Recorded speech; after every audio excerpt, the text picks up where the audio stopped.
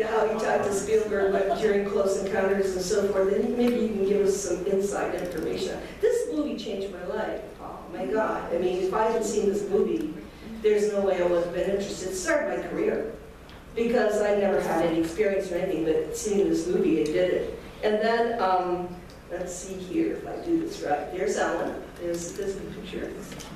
This is a picture that I really love because I told Paul, if I don't see a pipe next year on the History Channel, he never ever was with his pipe because it was more of a gadget even. He didn't smoke it all the time, but he had it in his hand or he'd chew on it. Paola, I'm sorry, could you go back one slide just for a second?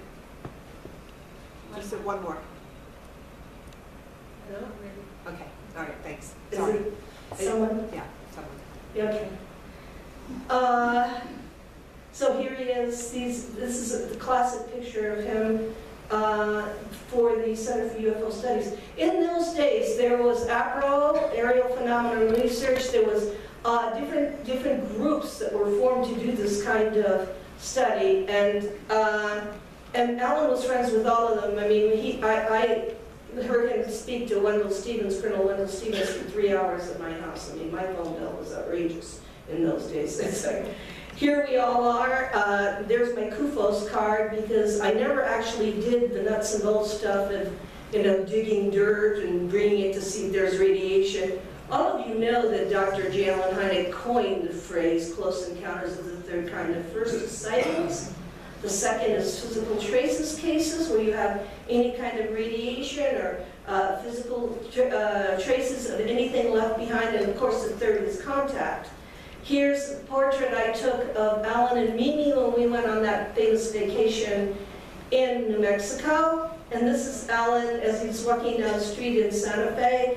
And I think this is a beautiful, beautiful quote that he had. I had started out as an outright debunker, taking great joy in cracking what seemed at first to be puzzling cases. I was the arch enemy of those flying saucer groups and enthusiasts who very dearly wanted UFOs to be interplanetary. My own knowledge of those groups came almost entirely from what I heard from Blue Book personnel, military. They were all crackpots and visionaries. My transformation was gradual, but by the late 60s it was complete. Today I would not spend one further moment on the subject of UFOs if I didn't seriously feel that the UFO phenomenon is real and that efforts to investigate and understand it and eventually to solve it could have a profound effect, perhaps even be the springboard to mankind's outlook on the universe, which is an incredible statement from him. Of course, there's Richard Sigismund, for people that used to know him, and there is a cartoon that it's signed as Alan Hendry's cartoon. It's signed by somebody. But he's got the pipe there too, see? He's got the pipe everywhere. This is Close Encounters. I mean, if you've seen the film, it's worth seeing over and over. Here I am at NCAR with Dr. J. Allen Hynek. I mean, we had photographs taken there. There I am at NCAR, and there he is just before he died because he had a brain tumor, but he was thinking that it was going to be okay. That's why he's holding his arm up. We're going to win this. We're going to deal with it. This is me at the Center for UFO Studies. I told you that I look different. With Estelle Postal, the secretary. And this is when I came back from there. There was an article in the Denver Post. I was a teacher at Broomfield at the time, Broomfield High School, and I was teaching science fiction, and I slowly integrated the real stuff. The class went from 38 to 168 until a minister came into my school and said, my daughter loves school, so there's something going on in that class. This is a true story. My principal calls me, Les Mueller at the time, brings me into the office and says, what's going on in that class? I mean, first of all, we're getting outrageous numbers of kids signing up. And I said, I'm teaching the classics, Heinlein, H.G. Wells, Star Wars had just come out, beautiful material, but it's an English class. It's an English class. And the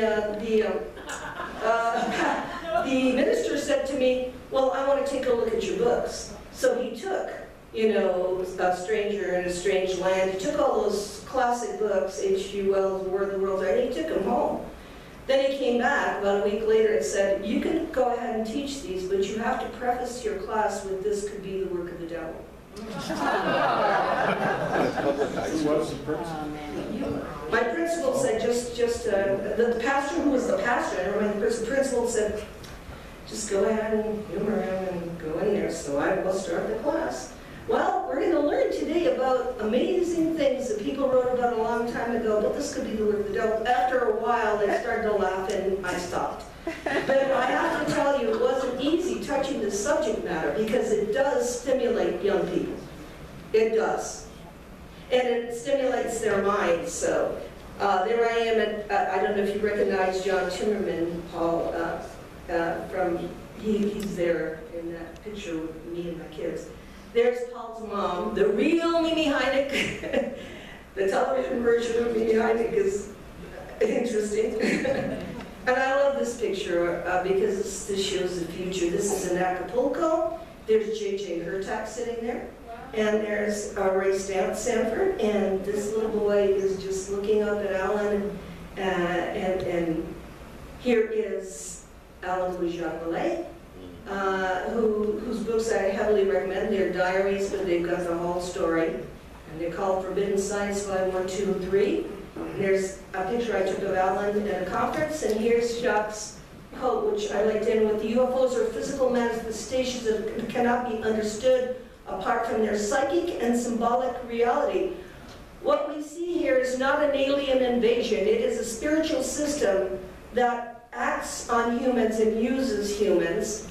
And then this, because I'm Italian, I have to do this. Learn how to see, realize that everything connects to everything else. So it is with great pleasure that we have this conversation with Paul Hynek.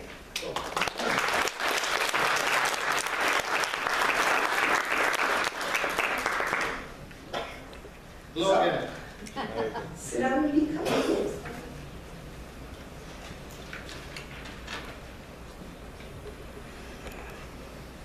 It's you know, even in all research, it's really good to go to the source. And I'm so happy that Paul is the source. In other words, what he tells you comes from the real situation and not internet research. Paul, I think it's just appropriate that we just begin with, why are you interested in this? You're one of 5 kids, right? Yes. Can you hear me? Yes. Okay. Yeah, you're one of 5 kids. Are all 5 kids as interested as you? I'd say I'm probably the most interested, but how can you not be interested in this? I mean, it's just, you know, my dad had a great quote there about this could be a springboard to new understanding. And this is interesting stuff. And when you're growing up with this as a kid, you're talking about flying saucers and aliens and things like that, and men in black. I mean, it's fascinating. But your father had the great pleasure of also sharing the research with you. You said your bedroom was filled with... Yeah, my bedroom was the largest UFO library in the world. A point at that time I was not that pleased about. Yeah, so it was normal for you.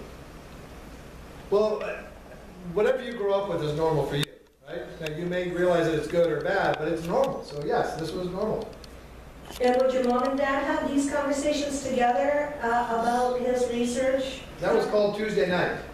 Yeah, Really? we had discussions all the time. We had, you know, friends of my father, Father Gill, Travis Walton, all kinds of UFO witnesses come to the house. Yeah, and then I just was talking to you about the Buzz Aldrin, was it Buzz Aldrin's Armstrong that was on the cruise with you guys? Oh yeah, so in 1973, I was 11 years old, and we spent 2 weeks on a cruise ship, because there was a total solar eclipse. How many of you guys went to totality for the eclipse last year? Didn't that rock? I hope the weather was good, because it was bad and such large swaths of the country. But so in 1973, we went off the coast of Africa on a cruise ship, and Isaac Asimov was on the ship, and some girls asked him for his autograph. He wrote on their thighs, Isaac Asimov was here. With his big old mutton chops, right? And Neil Armstrong was on the ship. And for 2 weeks, Neil Armstrong's family and my family had all of our meals together at one table. Now, I'm an 11-year-old astronomer's kid 4 years after the moon launch, there's nobody in the world I would have rather have met. And to spend 2 weeks with them. And then we found out recently, there was an article in The Sun, and I'm the MC for a high-tech film festival in LA, and we had Mark Hansen, who wrote First Man, the book, and then helped with the screenplay. And he said he's got a lot of letters from Neil to my father. And we found out that it was at Neil Armstrong's request that our family shared the table with him. And he could have had anybody he wanted, right? So clearly, just by that fact, he had an interest in UFOs. Now, as you may know, Neil Armstrong was relatively taciturn and reclusive, did not like to go out in the press. And he's not the type of person who would just say, oh, I want to talk about UFOs. So for him to proactively select my dad, certainly wasn't because of the kids, to sit with them, he must have had a genuine interest in it. You know, I think also because your dad's very credible, you were talking about the scientific method, you know, today about how he went about things. And could you kind of tell everybody how he would, because I mentioned when I would go with him and he would just listen, how he reasoned, how he went about things. And he did a lot, he's a War case, he did so many cases. I think a lot of it was process of elimination. You heard him say, that's a great video clip, by the way. I'd never seen that before, so that was really touching for me. You know, everybody knee-jerks to extraterrestrials in nuts and bolts craft from other planets. And it could be that. I don't know. I'm a French major, so that's way above my pay grade. But, you know, he found there were problems with that. It's vast distances. You have to tweak Einstein in the nose on the way. We have very sensitive instrumentation to detect objects entering and leaving our atmosphere. We've got a lot of videos, including those released by the Pentagon recently, Nimitz and the other one, but we don't have the associated number of reports of things coming and leaving our atmosphere. Plus, these crafts exhibit a lot of comfort with our Earth atmosphere and gravity. So those are sort of non-trivial problems with the conventional extraterrestrial hypothesis. I don't think he had a horse in the race either way, but when you're confronted with these types of problems in the data, you have to start thinking about other things. But as a scientist, as I mentioned before, you know, he wanted to go where science broke down and try to create some order. So close encounters of first, second, third kind. That's what a scientist does. The provenance of this very enigmatic phenomena, that's not so much science as it is just a person making his own conjectures. So he didn't like to talk about it so much, it's certainly not in definitive terms. I mean, he said he was convinced there's a phenomenon, but he never said he was convinced of what it was. He had his own inkling, which he would share in the guise of a person just saying, that's what I think it might be. And his years in Blue Book, did you think he changed his personality after he started the Center for, was he more passionate with doing his own thing, or do you remember his years in Blue Book?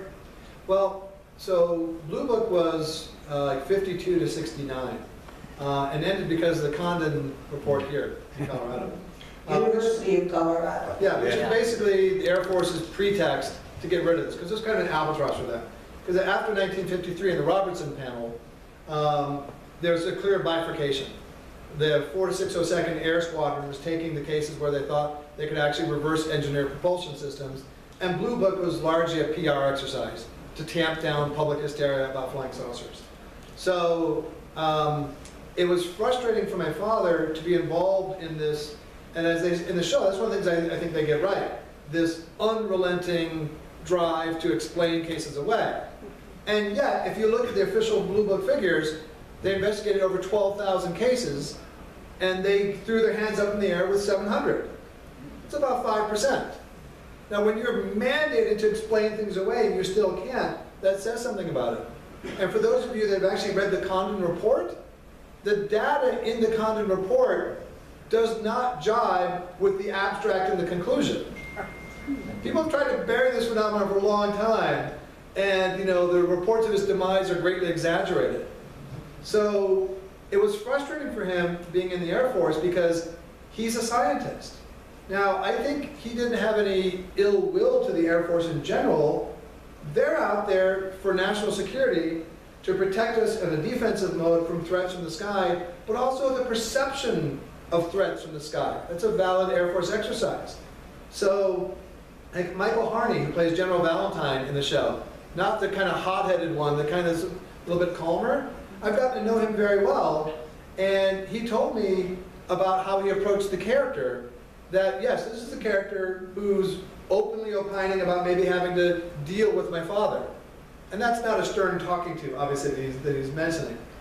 But from his point of view, with national security on the line, at the height of the Cold War, with satellites and all that about to come online, disclosure, as we call it now, or revelations about this top secret stuff, imagine what that would do from the military's point of view on the fabric of society. You could have complete breakdown. So if you have this one persnickety scientist that needs to be quieted, you quiet him. Right? From that point of view, if you're sitting in that chair, you're making hard decisions because you're always in that sort of wartime mentality. Now my father, so Lieutenant Colonel Robert Friend, who was the last Air Force Director of Project Blue Book, he's 99 years old now. And I just went to his 99th birthday party. And I told him a joke that he really liked. I'm sure most of the people in the crowd know George Burns. George Burns was famous for wanting to be 100 years old.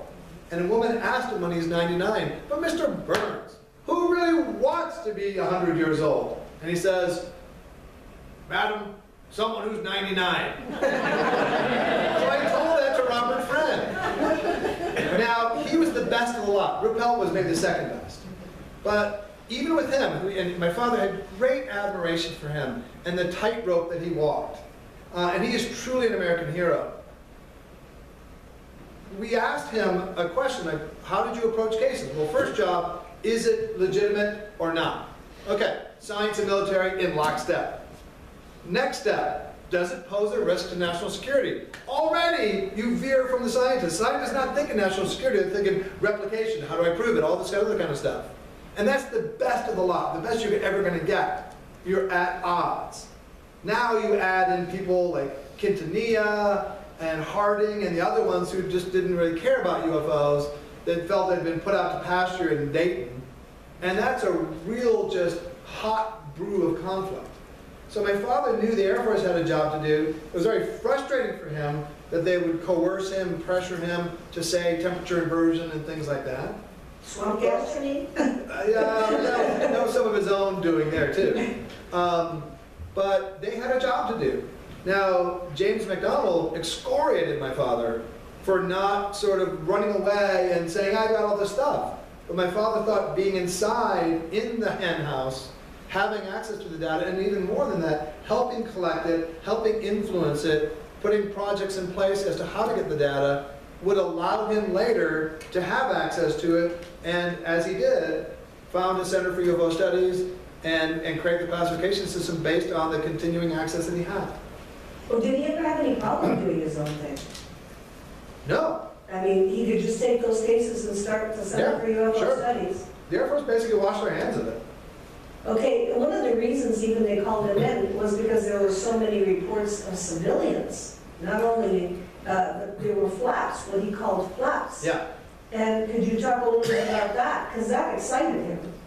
Because, certain states would have heavy UFO activity, like Indiana. Yeah. I'm thinking of Indiana, because that's when I worked with them, it was Indiana. Oh, okay. Yeah. Yeah, so, maybe that's along the lines of the point he made about how cultures interpret flying saucers and UFOs through the prism of their own technology. It's like that. I'm sure it's apocryphal. You may have heard the story of natives in the New World who didn't even see conquistador ships coming into the harbor, right? I think that's a stretch. I think they'd see something and maybe have no idea what it was. But that gets to that point that you interpret things the way you see it. Waves of UFOs, flaps, that's a constant. That's been happening for a long time. And that does generate excitement, and also more chances of really interesting cases where you have something reported here, and 5 minutes later reported here, 10 minutes later reported here, where you have sort of trajectories. And the last episode of Project Blue Book, which I can't talk about much, may or may not take place in Washington, D.C., may perhaps with the famous flap in 1952, which I think many people in this room know about. That was a really bona fide thing, where Truman was really concerned and got Ruppelt on the phone. That was one of the best UFO flaps because it's happening over the nation's capital.